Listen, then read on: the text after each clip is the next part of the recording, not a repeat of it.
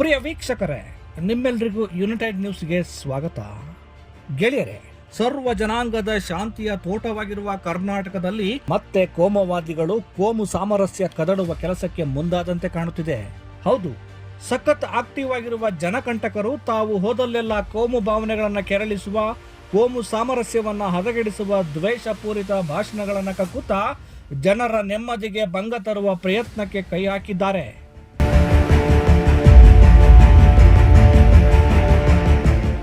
ಇದೀಗ ಕಲ್ಲಡ್ಕ ಪ್ರಭಾಕರ್ ಭಟ್ಟ ಎನ್ನುವ ಜನಕಂಟಕ ಧರ್ಮಗಳ ನಡುವೆ ವಿಷ ಬೀಜ ಬಿತ್ತಿ ಆ ಮೂಲಕ ತಮ್ಮ ನೆಚ್ಚಿನ ರಾಜಕೀಯ ಪಕ್ಷಕ್ಕೆ ರಾಜಕೀಯ ಲಾಭ ಮಾಡಿಕೊಡುವ ಪ್ರಯತ್ನಕ್ಕೆ ಮುಂದಾಗಿದ್ದಾನೆ. ಹೌದು, ಧರ್ಮ ರಕ್ಷಕ ಎನ್ನುವ ಹಣೆಪಟ್ಟಿ ಪಡೆದುಕೊಂಡಿರುವ ಈ ಮನುಷ್ಯ ಭಾಷಣ ಮಾಡೋಕೆ ಶುರು ಮಾಡಿದ್ರೆ ಬರೀ ಬೆಂಕಿ ಹಚ್ಚುವ ಮಾತುಗಳೇ.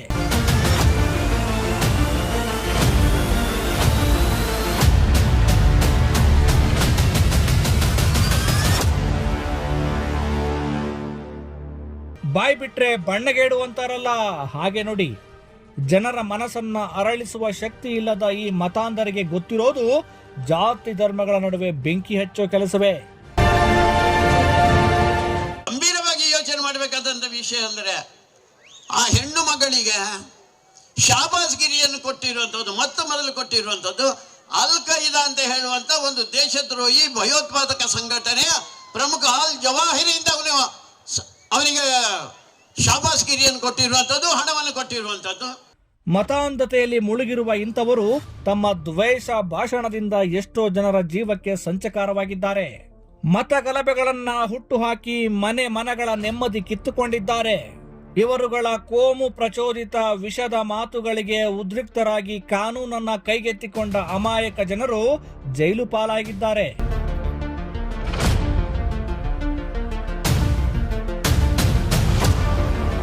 ಇದೀಗ ಮತ್ತೆ ಜನರ ನೆಮ್ಮದಿ ಕೆಡಿಸಲು ಮುಂದಾಗಿರುವ ಈ ಜನಕಂಟಕ ಕೋಮು ಭಾಷಣಗಳಿಂದ ದ್ವೇಷದ ಬೆಂಕಿ ಹಚ್ಚಲು ಮುಂದಾಗಿದ್ದಾನೆ.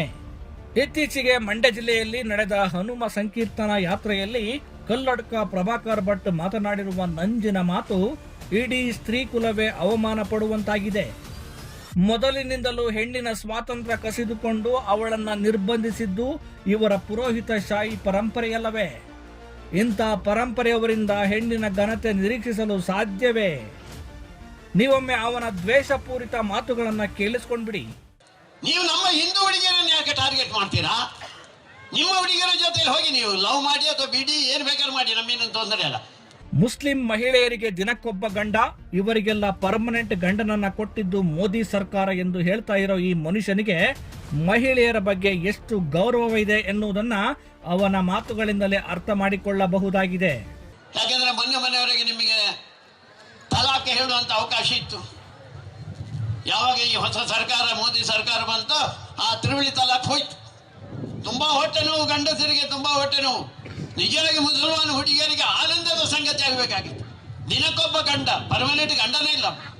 ಯಾಕಂದ್ರೆ ತಲಾಕ್ ಹೇಳಿದ್ರಪ್ಪ, ಅದಕ್ಕೋಸ್ಕರ ಜೀವನ ಪೂರ್ತಿ ನನಗೊಬ್ಬ ಗಂಡ ಇದ್ದಾನೆ ಅಂತ ಹೇಳುವಂತ ಪರಿಸ್ಥಿತಿ ಇರಲಿಲ್ಲ. ನಿಮಗೆ ಒಂದು ಪರ್ಮನೆಂಟ್ ಗಂಡನನ್ನು ಕೊಟ್ಟದ್ದು ಮೋದಿ ಸರ್ಕಾರ, ನೆನಪಿಟ್ಕೊಂಡು.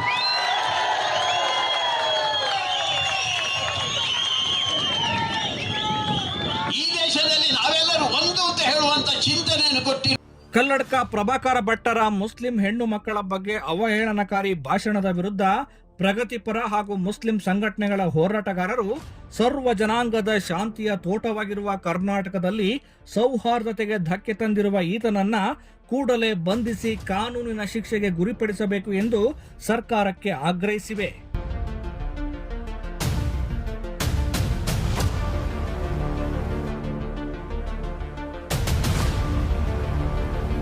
ಇನ್ನು ಜೆಡಿಎಸ್ ವಕ್ತಾರೆ ನಜ್ಮಾ ನಜೀರ್ ಅವರು ಶ್ರೀರಂಗಪಟ್ಟಣ ಟೌನ್ ಠಾಣೆಯಲ್ಲಿ ಕಲ್ಲಡ್ಕ ವಿರುದ್ಧ ದೂರು ದಾಖಲಿಸಿದ್ದಾರೆ. ಮುಸ್ಲಿಂ ಮಹಿಳೆಯರಿಗೆ ಪರ್ಮನೆಂಟ್ ಗಂಡ ಕೊಟ್ಟಿದ್ದು ಮೋದಿ ಎಂದು ಅವಹೇಳನ ಮಾಡಿದ್ದಾರೆ. ಈ ಭಾಷಣ ಕೋಮು ಸಂಘರ್ಷಕ್ಕೆ ಎಡೆ ಮಾಡಿಕೊಡಲಿದೆ ಎಂದು ಆರೋಪಿಸಿ ಕಲ್ಲಡ್ಕ ಪ್ರಭಾಕರ್ ವಿರುದ್ಧ ಐಪಿಸಿ 354, 294, 509, 153, 295, 298 ಹೀಗೆ ಬೇರೆ ಬೇರೆ ಸೆಕ್ಷನ್ಗಳ ಅಡಿಯಲ್ಲಿ ದೂರು ದಾಖಲಿಸಿ ಕಲ್ಲಡ್ಕ ವಿರುದ್ಧ ರೌಡಿ ಶೀಟ್ ಓಪನ್ ಮಾಡುವಂತೆ ದೂರಿನಲ್ಲಿ ಆಗ್ರಹಿಸಿದ್ದಾರೆ. ಯಾವ ಆಂಜನೇಯ ಸ್ನೇಹಕ್ಕೋಸ್ಕರ ಅಥವಾ ಸೀತೆಯನ್ನ ಉಳಿಸೋದಕ್ಕೆ ಅದಕ್ಕೊಂದು ಪೌರಾಣಿಕ ಇತಿಹಾಸ ಇದೆ. ರಾಮನ್ನ ಮರ್ಯಾದ ಪುರುಷ ಅಂತ ಕರೀತಾರೆ. ಇಂತಹವರ ಹೆಸರನ್ನು ಹೇಳ್ಕೊಂಡು ಇಂತಹವರ ವೇದಿಕೆಯಲ್ಲಿ, ಈ ದೇವರುಗಳ ವೇದಿಕೆಯಲ್ಲಿ ನಿಂತ್ಕೊಂಡು ನೀವು ಯಾವ ಹೆಣ್ಣು ಮಗುವಿನ ಬಗ್ಗೆಯೂ ಮಾತಾಡ್ತಿದ್ದೀರಾ ಕೆಟ್ಟದಾಗಿ ಅಂತ ಅಂದ್ರೆ ನಿಮ್ಮ ಭಕ್ತಿಯನ್ನ ಲವಲೇಶದಷ್ಟು ಕೂಡ ಆ ದೇವರುಗಳು ಒಪ್ಕೊಳ್ಳೋದಿಲ್ಲ. ಮುಸ್ಲಿಂ ಹೆಣ್ಮಕ್ಳು ದಿನಕ್ಕೊಬ್ಬರ ಹತ್ರ ಮಲಗ್ತಾರೆ ಅಂತ ನೀವು ಮಾತಾಡ್ತೀರಾ, ಅಂದ್ರೆ ಗಂಡ ಇರ್ಲಿಲ್ಲ ಅನ್ನೋ ತರಹದಲ್ಲಿ ನೀವು ಮಾತಾಡ್ತಾ ಇದ್ದೀರಾ. ಇನ್ನೇನೋ ಹೇಳ್ತೀರಾ, ಮಕ್ಕಳು ಜಾಸ್ತಿ ಮಾಡ್ಕೊಳ್ಳಿ ಅಂತ ಹೇಳ್ತೀರಾ. ಯಾರ ಅಧಿಕಾರ ಕೊಟ್ಟಿದ್ದು ನಿಮ್ಗೆ ಹೆಣ್ಮಕ್ಳ ಬಗ್ಗೆ ಮಾತನಾಡೋದಕ್ಕೆ? ಯಾರು ಹೇಳಿದ್ರು ನಿಮ್ಗೆ ಹೆಣ್ಮಕ್ಳ ಬಗ್ಗೆ ಮಾತಾಡಿ ಅಂತ? ನೋಡ್ರಿ, ನೀವು ನಿಂತು ಮಾತಾಡ್ತಾ ಇರುವಂತಹ ಭೂಮಿ ಇದೆಯಲ್ಲ, ನೀವು ಈ ಅಸಹ್ಯವಾಗಿರೋ ಮಾತುಗಳನ್ನೆಲ್ಲ ಆಡಿದಿರಲ್ಲ, ಮಂಡ್ಯ, ಆ ಮಂಡ್ಯದ ಪಕ್ಕದಲ್ಲೇ ಮೈಸೂರಿದೆ. ಚಾಮುಂಡೇಶ್ವರಿ ತಾಯಿ ನೋಡ್ತಾ ಇರ್ತಾಳೆ. ನಿಜವಾಗ್ಲೂ ನೀವು ಅಸಹ್ಯವಾದ ಮಾತುಗಳನ್ನೆಲ್ಲ ಕೇಳಿಸ್ಕೊಂಡು ಅಲ್ಲಿಂದಾನೇ ನಿಮ್ಗಳು ಚಾಮುಂಡೇಶ್ವರಿ ತಾಯಿ ಶಾಪ ಕೊಡ್ತಿರ್ತಾಳೆ. ಏನಪ್ಪ ಇವನು ನನ್ನ ನೆರಳಿಗೆ ಬಂದ್ಬಿಟ್ಟು, ನನ್ನ ಬೆಟ್ಟದ ನೆರಳಿಗೆ ಬಂದ್ಬಿಟ್ಟು ಇಷ್ಟಿಷ್ಟು ಅಸಹ್ಯವಾಗಿ ಹೆಣ್ಮಕ್ಳ ಬಗ್ಗೆ ಮಾತಾಡ್ತಾ ಇದ್ದಾನಲ್ಲ ಅಂತ. ನಿಮ್ಮ ಮನೆಯಲ್ಲಿ ಹೆಣ್ಮಕ್ಳು ಯಾರು ಇಲ್ವಾ? ಅಥವಾ ನೀವು ತಾಯಿ ಹೊಟ್ಟೆಯಲ್ಲಿ ಹುಟ್ಟಿಲ್ವಾ ಅನ್ನುವಂಥದ್ದು ಈ ಕಲ್ಲಡ್ಕ ಪ್ರಭಾಕರ ಭಟ್ರ ಮಾತುಗಳನ್ನ ಕೇಳಿದಾಗ ನನಗೆ. ಇದಷ್ಟೇ ಅಲ್ಲದೆ ರಾಜ್ಯದ ಬೇರೆ ಬೇರೆ ಕಡೆಗಳಲ್ಲಿ ಕಲ್ಲಡ್ಕ ಪ್ರಭಾಕರ್ ಭಟ್ಟರ ವಿರುದ್ಧ ಪ್ರಕರಣಗಳು ದಾಖಲಾಗಿವೆ. ಪ್ರಿಯ ವೀಕ್ಷಕರೇ, ಡಾಕ್ಟರ್ ಬಾಬಾ ಸಾಹೇಬ್ ಅಂಬೇಡ್ಕರ್ ರಚಿತ ಸಂವಿಧಾನದಲ್ಲಿ ಈ ನೆಲದ ಪ್ರತಿಯೊಬ್ಬ ವ್ಯಕ್ತಿಗೂ ಅಭಿವ್ಯಕ್ತಿ ಸ್ವಾತಂತ್ರ್ಯವಿದೆ. ಆದರೆ ಅಭಿವ್ಯಕ್ತಿ ಸ್ವಾತಂತ್ರ್ಯವನ್ನ ದುರುಪಯೋಗ ಪಡಿಸಿಕೊಂಡು ಜನರ ಶಾಂತಿ ನೆಮ್ಮದಿಗೆ ಭಂಗ ತಂದು ಕಾನೂನು ಸುವ್ಯವಸ್ಥೆಯನ್ನ ಹಾಳು ಮಾಡಿದ್ರೆ ಅಂತವರ ವಿರುದ್ಧ ಕಠಿಣ ಕಾನೂನು ಕ್ರಮ ತೆಗೆದುಕೊಳ್ಳುವ ಅವಕಾಶವನ್ನ ಇದೇ ಸಂವಿಧಾನ ನೀಡಿದೆ. ಶಾಂತಿಯ ಸೌಹಾರ್ದ ವಾತಾವರಣ ಹಾಳು ಮಾಡಿ ಜಾತಿ ಧರ್ಮಗಳ ನಡುವೆ ಬೆಂಕಿ ಹಚ್ಚಿ ಸಮಾಜದ ಸ್ವಾಸ್ಥ್ಯವನ್ನ ಕೆಡಿಸುವ ಇಂಥ ಕೋಮು ಕ್ರಿಮಿಗಳನ್ನ ಹೆಡೆಮುರಿ ಕಟ್ಟಲು ಪೊಲೀಸ್ ಇಲಾಖೆ ರೌಡಿ ಶೀಟರ್ ಓಪನ್ ಮಾಡುವುದು ಸಮಾಜದ ಹಿತದೃಷ್ಟಿಯಿಂದ ಸದ್ಯದ ತುರ್ತಾಗಿದೆ. ಶಾಂತಿಯ ಸೌಹಾರ್ದ ವಾತಾವರಣ ಹಾಳು ಮಾಡಿ ಜಾತಿ ಧರ್ಮಗಳ ನಡುವೆ ಬೆಂಕಿ ಹಚ್ಚಿ ಸಮಾಜದ ಸ್ವಾಸ್ಥ್ಯವನ್ನ ಕೆಡಿಸುವ ಇಂಥ ಕೋಮು ಕ್ರಿಮಿಗಳನ್ನ ಹೆಡೆಮುರಿ ಕಟ್ಟಲು ಪೊಲೀಸ್ ಇಲಾಖೆ ರೌಡಿ ಶೀಟರ್ ಓಪನ್ ಮಾಡುವುದು ಸಮಾಜದ ಹಿತದೃಷ್ಟಿಯಿಂದ ಸದ್ಯದ ತುರ್ತಾಗಿದೆ. ಆದರೆ ಪ್ರಭುತ್ವಗಳ ಬೆಂಬಲ ಪಡೆದಿರುವ ಈ ಕೋಮು ವಿಷಕಾರಿಗಳನ್ನ ಸೆದೆಬಡಿಯುವ ಕೆಲಸವನ್ನ ಮಾಡಬೇಕಾಗಿರುವುದು ಸರ್ಕಾರಗಳ ಬದ್ಧತೆಯಾಗಿದೆ. ಇಲ್ಲದಿದ್ದರೆ ಇವರ ಪುಂಡಾಟ ಎಲ್ಲ ಮೀರಿ ಕಾನೂನಿನ ಭಯವಿಲ್ಲದೆ ದ್ವೇಷದ ಭಾಷಣ ಮಾಡುತ್ತಾ ಸೌಹಾರ್ದ ಬದುಕಿಗೆ ಕೊಳ್ಳಿಡುತ್ತಾರೆ. ಕಲ್ಲಡ್ಕ ಪ್ರಭಾಕರ್ ಭಟ್ ಮಂಡ್ಯ ಜಿಲ್ಲೆಯ ಹನುಮ ಸಂಕೀರ್ತನ ಯಾತ್ರೆಯಲ್ಲಿ ಆಡಿದ ದ್ವೇಷದ ಹಾಗೂ ಕೋಮು ಪ್ರಚೋದಿತ ಭಾಷಣ ಪ್ರಕರಣಕ್ಕೆ ನ್ಯಾಯಾಲಯದಿಂದ ಜಾಮೀನು ಸಿಕ್ಕಿದೆ. ಇದರಿಂದ ಕಲ್ಲಡ್ಕ ಪ್ರಭಾಕರ್ ಭಟ್ ರಿಲೀಫ್ ಪಡೆಯುವಂತಾಗಿದೆ. ಶ್ರೀರಂಗಪಟ್ಟಣ 3ನೇ ಹೆಚ್ಚುವರಿ ಜಿಲ್ಲಾ ಸತ್ರ ನ್ಯಾಯಾಲಯವು ಮಧ್ಯಂತರ ಜಾಮೀನು ಮಂಜೂರು ಮಾಡಿದೆ. ಆರೋಗ್ಯ ದೃಷ್ಟಿಯಿಂದ ಜಾಮೀನು ಮಂಜೂರು ಮಾಡಿದರೂ ಪೊಲೀಸರ ತನಿಖೆಗೆ ಅವಕಾಶ ನೀಡಲಾಗಿದೆ. ಇನ್ನು ಕಲ್ಲಡ್ಕ ಪ್ರಭಾಕರ್ ಭಟ್ಗೆ ಜಾಮೀನು ಸಿಕ್ಕ ಬೆನ್ನಲ್ಲೇ ಸರ್ಕಾರಗಳ ನಡೆಯ ಬಗ್ಗೆ ತೀವ್ರ ಚರ್ಚೆಗಳು ನಡೆಯುತ್ತಿವೆ. ಕಾಂಗ್ರೆಸ್ ಸರ್ಕಾರ ಚುನಾವಣೆಗೂ ಮುಂಚೆ ತಮ್ಮ ಪ್ರಣಾಳಿಕೆಯಲ್ಲಿ ಸರ್ವ ಜನಾಂಗದ ಶಾಂತಿಯ ತೋಟದಲ್ಲಿ ಸೌಹಾರ್ದತೆಗೆ ಧಕ್ಕೆ ತರುವ ವ್ಯಕ್ತಿ ಸಂಘಟನೆಗಳ ವಿರುದ್ಧ ಕಠಿಣ ಕ್ರಮ ಜರುಗಿಸಲಾಗುವುದು ಎಂದು ಭರವಸೆ ನೀಡಿತ್ತು. ಇದೀಗ ಕಲ್ಲಡ್ಕ ಪ್ರಭಾಕರ್ ಭಟ್ಟನನ್ನ ಬಂಧಿಸುವ ಬಗ್ಗೆ ಅಷ್ಟೇನು ತಲೆಕೆಡಿಸಿಕೊಂಡಿಲ್ಲ ಎಂದು ಸಾಮಾಜಿಕ ಜಾಲತಾಣಗಳಲ್ಲಿ ತೀವ್ರ ಚರ್ಚೆಗೆ ಗ್ರಾಸವಾಗಿದೆ. ಪ್ರಿಯ ವೀಕ್ಷಕರೇ, ಜನಕಂಟಕರು ಹೀಗೆ ಏಕಾಏಕಿ ಕೋಮು ಪ್ರಚೋದನೆಯ ಭಾಷಣಗಳನ್ನ ಯಾಕೆ ಶುರು ಹಚ್ಚಿಕೊಂಡಿದ್ದಾರೆ ಅಂದ್ರೆ MP ಎಲೆಕ್ಷನ್ ಕಾರಣಕ್ಕೆ. ಹೌದು, ಲೋಕಸಭಾ ಚುನಾವಣೆಗೆ ಇನ್ನೇನು ಕೆಲವೇ ತಿಂಗಳು ಬಾಕಿ ಇರುವಾಗಲೇ ತಮ್ಮ ಹಳೆ ವರಸೆ ಶುರು ಮಾಡಿಕೊಂಡಿರುವ ಈ ಕೋಮುವಾದಿಗಳು ಒಂದೊಂದೇ ಕೋಮು ಪ್ರಚೋದಕ ಅಸ್ತ್ರಗಳನ್ನ ಸೌಹಾರ್ದ ಸಹಬಾಳ್ವೆಯ ಸಮಾಜದ ಮೇಲೆ ಪ್ರಯೋಗಿಸಲು ಶುರು ಮಾಡಿದ್ದಾರೆ. ಇವರುಗಳು ಈ ಹಿಂದೆ ರಾಜ್ಯದಲ್ಲಿ ಅಧಿಕಾರದಲ್ಲಿದ್ದ ಬಿಜೆಪಿ ಸರ್ಕಾರದ ಅವಧಿಯಲ್ಲಿ ಹಿಜಾಬ್, ಹಲಾಲ್, ಧಾರ್ಮಿಕ ಸ್ಥಳಗಳಲ್ಲಿ ಮುಸ್ಲಿಂ ವ್ಯಾಪಾರಿಗಳಿಗೆ ನಿರ್ಬಂಧ, ಹೀಗೆ ವಿವಿಧ ವಿಷಯಗಳನ್ನಿಟ್ಟುಕೊಂಡು ಒಂದು ಧರ್ಮವನ್ನ ಟಾರ್ಗೆಟ್ ಮಾಡಿಕೊಂಡು ದ್ವೇಷದ ಅಭಿಯಾನ ಮಾಡಿದ್ರು. ಹೀಗೆ ಇವರುಗಳ ಸಂಚಿನ ವಿಷದ ಕೋಮು ಸರಣಿಗಳಿಂದ ಇವರಿಗೇನ್ ಲಾಭ ಅಂತೀರಾ? ಪ್ರಿಯ ವೀಕ್ಷಕರೇ, ಜನಸಮುದಾಯಗಳು ಜಾತಿ ತಾರತಮ್ಯಗಳ ಭೇದ ಭಾವಗಳಿಲ್ಲದೆ ಪರಸ್ಪರ ಸೌಹಾರ್ದಯುತವಾಗಿ ಬಾಳುವುದು ಈ ಕೋಮು ಕಂಟಕರಿಗೆ ಬೇಕಾಗಿಲ್ಲ. ಯಾಕೆ ಅಂದ್ರೆ ಜನರನ್ನ ಜಾತಿ ಧರ್ಮಗಳ ಗಲಾಟೆಗಳಲ್ಲಿ ಮುಳುಗಿಸಿ ಈ ಕೋಮು ಜ್ವಾಲೆಯಲ್ಲಿ ತಮ್ಮ ರಾಜಕೀಯ ಬೇಳೆ ಬೇಯಿಸಿಕೊಳ್ಳುವುದು ಇವರ ಹುನ್ನಾರವಾಗಿದೆ.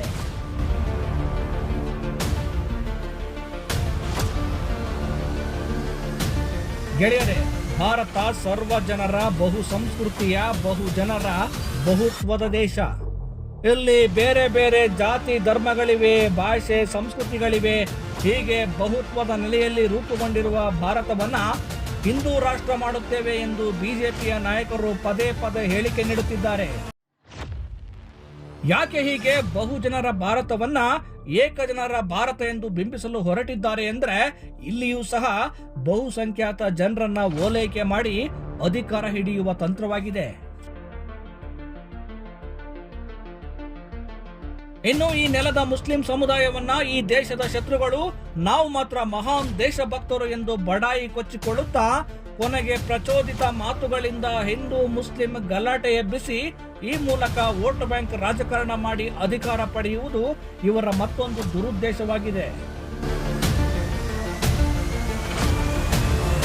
ಪ್ರಿಯ ವೀಕ್ಷಕರೇ, ಹುಸಿ ದೇಶಭಕ್ತಿ, ಹುಸಿ ದೇಶ ಪ್ರೇಮ, ಮಂದಿರ, ಮಸೀದಿ, ಜಾತಿ, ಧರ್ಮ ಎಂದು ಬೊಬ್ಬಿರಿದು ಇವುಗಳಲ್ಲೇ ಜನ ಮುಳುಗುವಂತೆ ಮಾಡಿ ಸಾಮಾಜಿಕ ಆರೋಗ್ಯ ಹಾಳು ಮಾಡುವುದಲ್ಲದೆ ಸುಲಭವಾಗಿ ಜನರನ್ನ ಮರಳು ಮಾಡಿ ಅಧಿಕಾರಕ್ಕೇರುವವರ ಬಗ್ಗೆ ಸದಾ ಜಾಗೃತವಾಗಬೇಕಿದೆ. ಇನ್ನು ದ್ವೇಷದ ಬೆಂಕಿ ಉಗುಳುವ ವಿಷಕಾರಿ ಕೆಲಸಕ್ಕೆ ಮುಂದಾಗಿರುವ ಕಲ್ಲಡ್ಕ ಪ್ರಭಾಕರ್ ಭಟ್ ವಿರುದ್ಧ ಸರ್ಕಾರ ಇನ್ನಾದರೂ ಸೂಕ್ತ ಕಾನೂನು ಕ್ರಮ ಜರುಗಿಸಬೇಕಿದೆ. ಜೊತೆಗೆ ಪ್ರಜ್ಞಾವಂತ ವಲಯವೂ ಸಹ ಈ ಕೋಮು ವ್ಯಾಧಿ ಜನಕಂಟಕರ ಮಾತುಗಳನ್ನ ಖಂಡಿಸುತ್ತಾ ಸೌಹಾರ್ದತೆಯನ್ನ ಗಟ್ಟಿಗೊಳಿಸುವ ಕೆಲಸ ಮಾಡಬೇಕಾಗಿದೆ. ಮತ್ತೊಂದು ಸ್ಟೋರಿಯೊಂದಿಗೆ ಹಾಜರಾಗ್ತೇನೆ. ಅಲ್ಲಿವರೆಗೂ ತಪ್ಪದೆ ನೋಡ್ತಾ ಇರಿ ಯುನೈಟೆಡ್ ನ್ಯೂಸ್ ಕನ್ನಡ. ನಮಸ್ಕಾರ.